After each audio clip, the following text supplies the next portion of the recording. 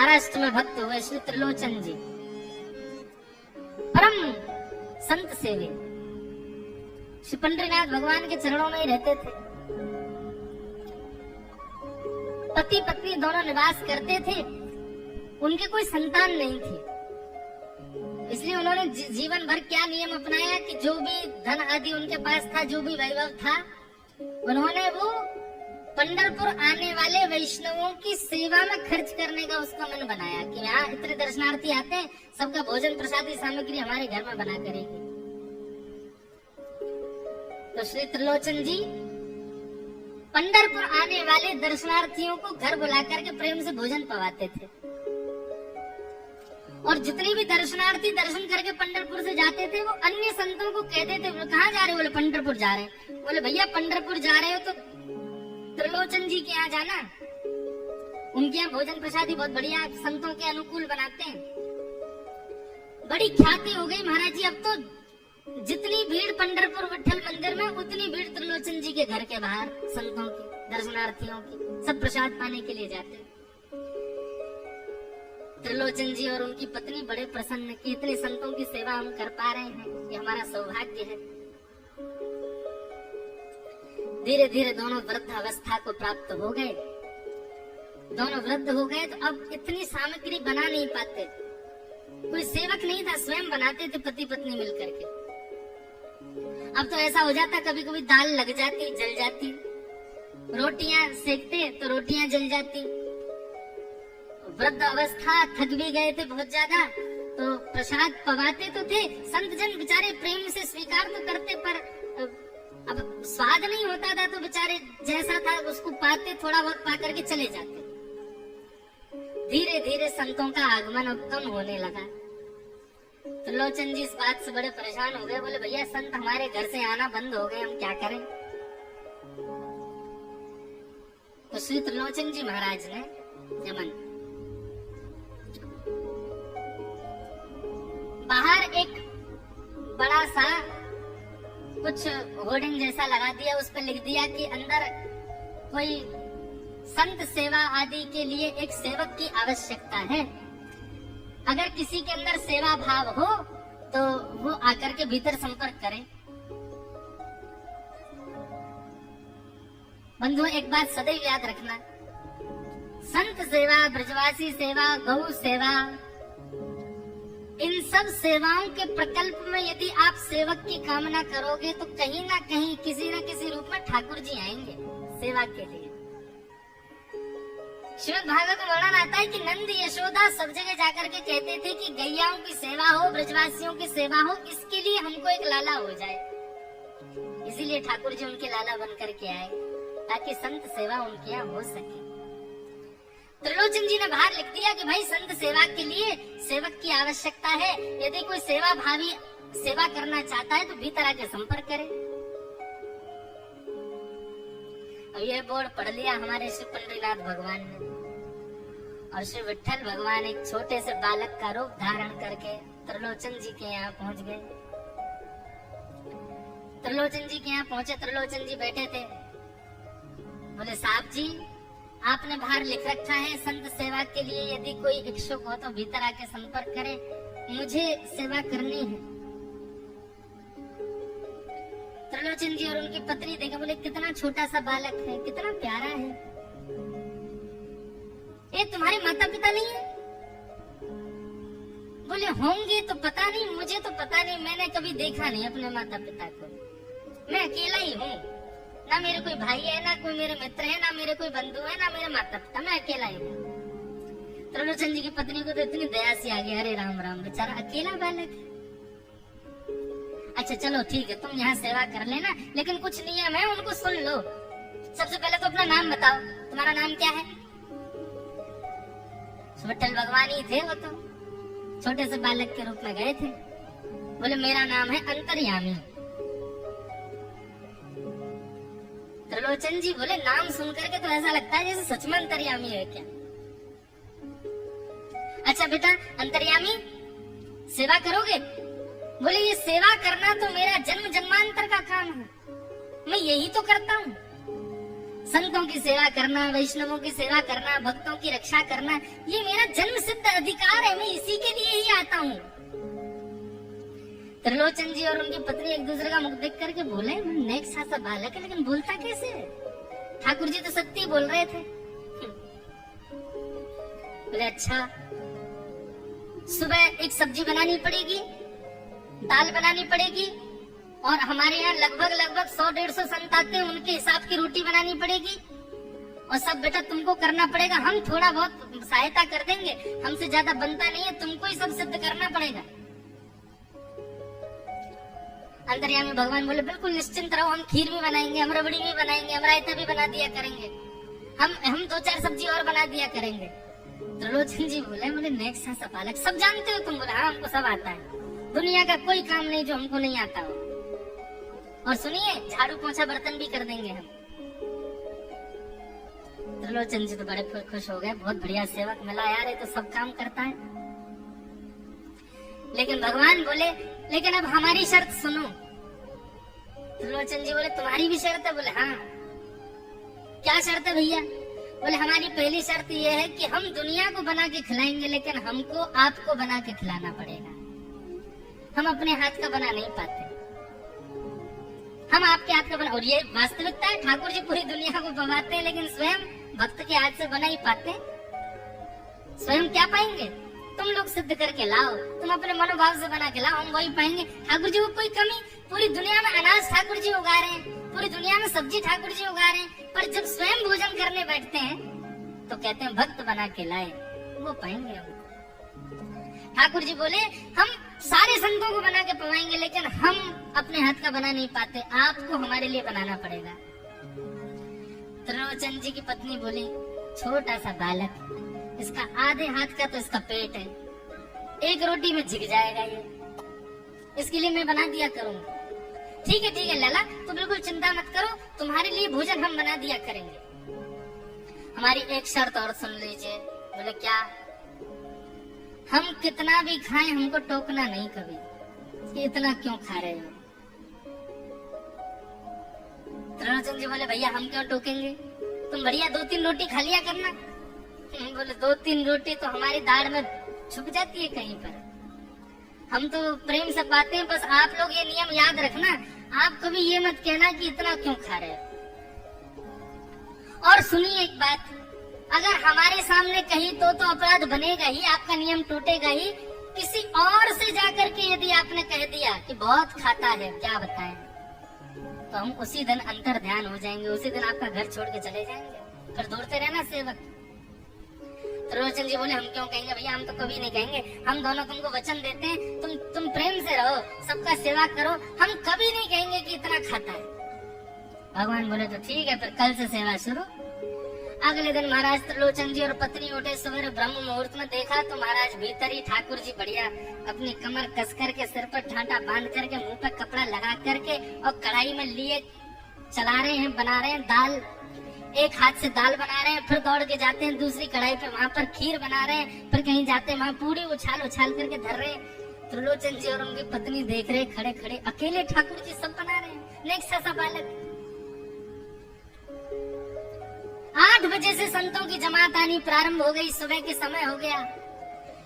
महाराज अकेले ही पत्तल लेकर के दौड़ते हैं, सारे संतों को पत्तल बांटे आते हैं, फिर अकेले ही सामग्री लेकर के जाते हैं और लेकर के सबको बांटते हैं। त्रिलोचन जी कोई सामग्री लेके जाए तो ठाकुर जी बीच में ही आ जाते हैं, बाबूजी आप जाके बैठो, मैं बांट रहा हूँ ना, आप उठ के मत आओ, आप उठ के आओगे सब फैल जाएगा, मैं कर रहा हूँ ना सब। अकेले ठाकुर जी, अकेले अंतर्यामी भगवान सब कर रहे थे। और त्रिलोचन जी और उनकी पत्नी बड़े प्रसन्न, जय हो विठोबा, तेने तो भैया ऐसा लगे साक्षात तुम ही आ गए हो, कितनी कृपा हो रही है, देखो कैसा सेवक मिला है। हमें भले ही संतान नहीं दी ठाकुर जी ने, लेकिन ऐसा सेवक दिया है जिससे परिपूर्ण आनंद हो गया है। संतों की भोजन प्रसादी हुई, महाराज खूब प्रेम से सब संतों को पवाया, संत भी सब वाहवाही करके गए, बोले वाह त्रिलोचन जी आपके यहाँ खूब बार पाया, लेकिन आज जैसा प्रसादी हमने कभी नहीं पाई। त्रिलोचन जी बड़े प्रसन्न। सब संत चले गए, भगवान तुरंत पोंछा ले आए, पूरे फर्श को मार्जन कर दिया, सब बिल्कुल सारी दरी वरी समेट करके रख दी, सब पत्तल आदि सबको व्यवस्थित कराए, सारे बर्तन मांज करके धर दिए, सब बिल्कुल व्यवस्थित करके और आकर के ठाकुर जी सामने बैठ गए। मैया अब सेवा हमारी तो पूर्ण हो गई, अब हमारी पेट पूजा करो, अब आप लगो रसोई में हमारे लिए बनाओ। वो तो इतने भाव में आ गए, अरे मेरे लाला मैं अभी बना के लाती हूँ।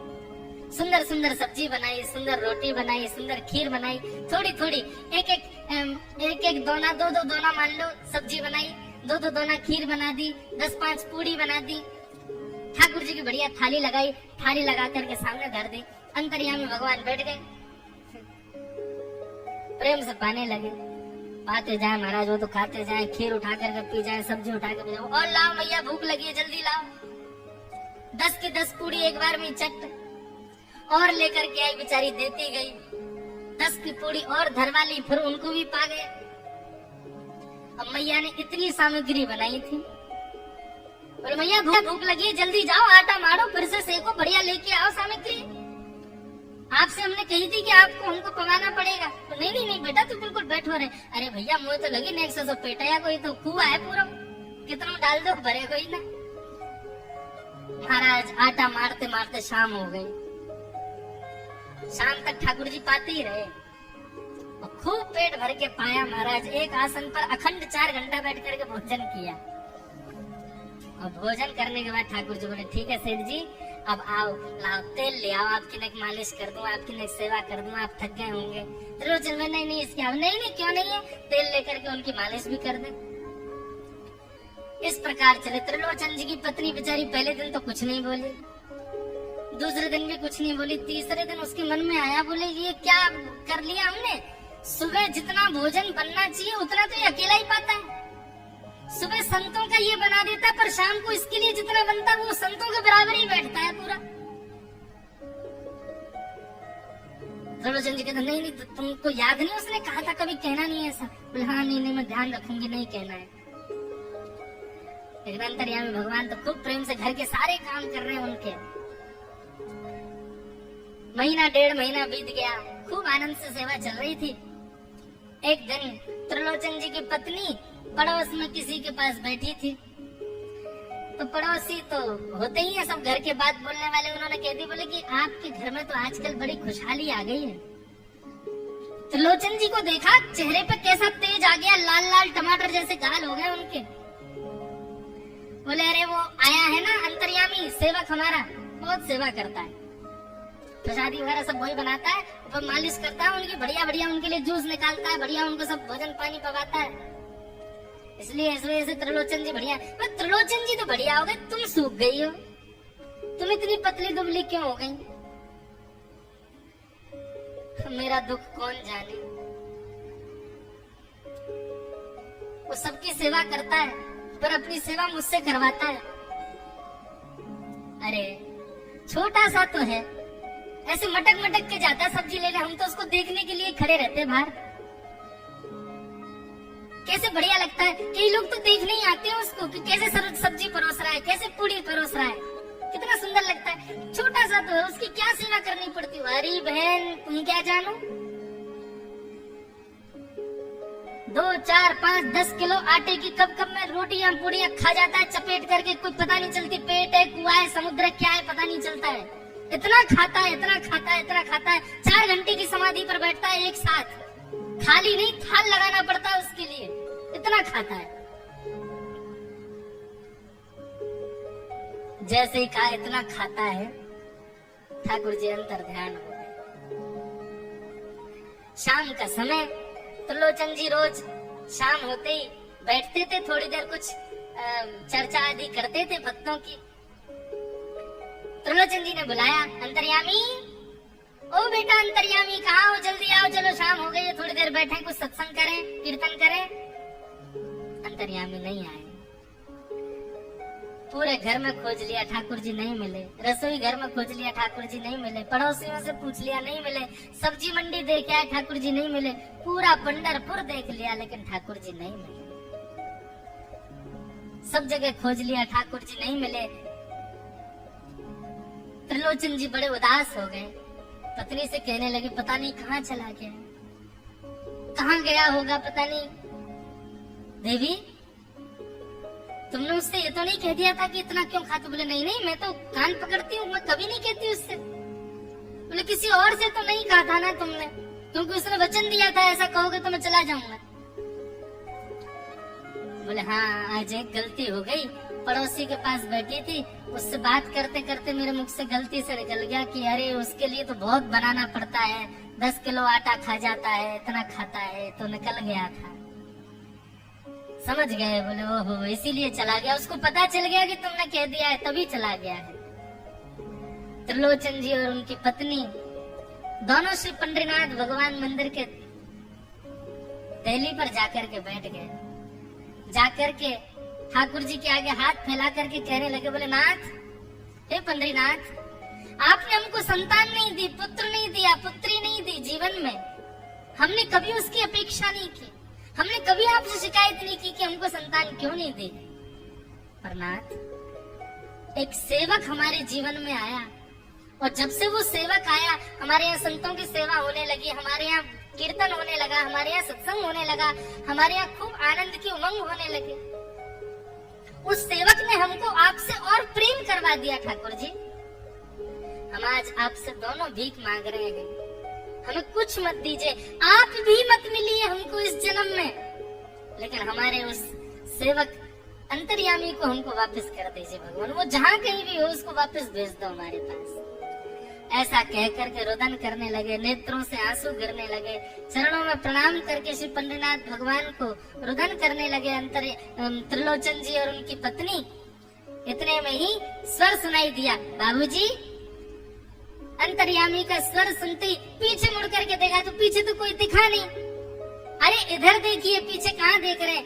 वापस से पंडरीनाथ भगवान की ओर देखा तो श्री पंडरीनाथ भगवान की जगह ही अंतर्यामी बालक खड़ा हुआ है, सामने खड़े होकर के उनको आशीष दे रहा है। त्रिलोचन जी तो भाव विह्वल हो गए, बोले कैसी कृपा नाथ आपकी, बोले आप ही थे क्या? बोले तो इतनी अच्छी संत सेवा, इतनी अच्छी खीर, इतनी अच्छी पूड़ी, इतनी अच्छी सब्जी, और आपकी जो सेवा और इतने अच्छे अच्छे सत्संग कीर्तन, ये मेरे अलावा कौन कर सकता है? संतों की सेवा तो मैं ही करता हूँ ना, आपने संत सेवा के लिए सेवक मांगा था, इसलिए मैं ही आपके यहाँ चल करके आ गया। और श्री त्रिलोचन जी पर अद्भुत कृपा करके भगवान ने उनको कृतार्थ किया। बोलो भक्त वत्सल भगवान की। अब ऐसी प्रीति ठाकुर जी जब निभा रहे हो तो फिर मुक्ति की कामना कौन करता है? हमें वैकुंठ में जाके ठाकुर जी को नहीं देखना है बंधुओं। हमारा उद्देश्य ये नहीं है कि हम वैकुंठ में ठाकुर जी का दर्शन करें। हम जहाँ हैं, जिस स्थिति में हैं, जिस अवस्था में हैं, हम ठाकुर जी को वहीं देखना चाहते हैं। हम इसी के लिए भजन कर रहे हैं, इसी के लिए भक्ति कर रहे हैं, इसी के लिए कथा कर रहे हैं कि ठाकुर जी यहीं आओ और यहीं कृपा करके हमको दर्शन प्रदान करो। बोलो भक्त वत्सल भगवान की। श्री सुखदेव जी महाराज कहते हैं, परीक्षित तुम मुक्ति की कामना मत करो, तुम भक्ति की कामना करो।